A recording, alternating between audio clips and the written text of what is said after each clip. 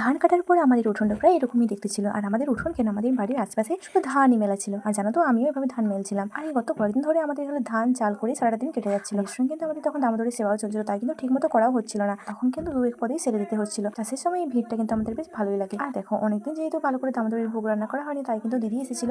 আর দিদি বলেছিল দিদি কিন্তু পরের দিন সকালে এসে নিজে ভোগ রান্না করবে। তাই কিন্তু আমরা সবাই সকাল থেকে সমস্ত তোড়জোড় করে রেখেছিলাম।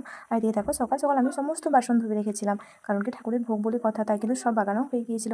আর দিদি কিন্তু এখন এসে ভোগ রান্না করবে, তাই কিন্তু দিদি সমস্ত জিনিস নিয়ে চলে এসেছে। আর আজকে দিদি ঠাকুরের জন্য অনেক সুন্দর সুন্দর ভোগ বানিয়েছিল।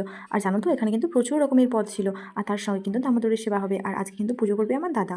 তাই দেখো, সমস্ত জিনিস দিদি কি সুন্দরভাবে গুছিয়ে দিয়েছে, দেখতেও কিন্তু বেশ সুন্দর লাগছে। আর দাদা কিন্তু একটা মালা নিয়ে এসেছিল বাবা দামোদরকে পরানোর জন্য। আর দেখো, মালাটা পরানোর পর ঠাকুরটাকে কি সুন্দর দেখতে লাগছিল।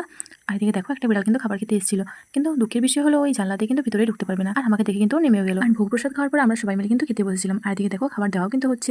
আর এদিকে আমরা সবাই মিলে গল্প করতে করতে খাবার খাচ্ছিলাম। আর এরপরেই কিন্তু আমার ছোট কুকুরটা চলে এসেছিল, আর ওকেও আমি কিছু খাবার দিয়ে দিয়েছিলাম।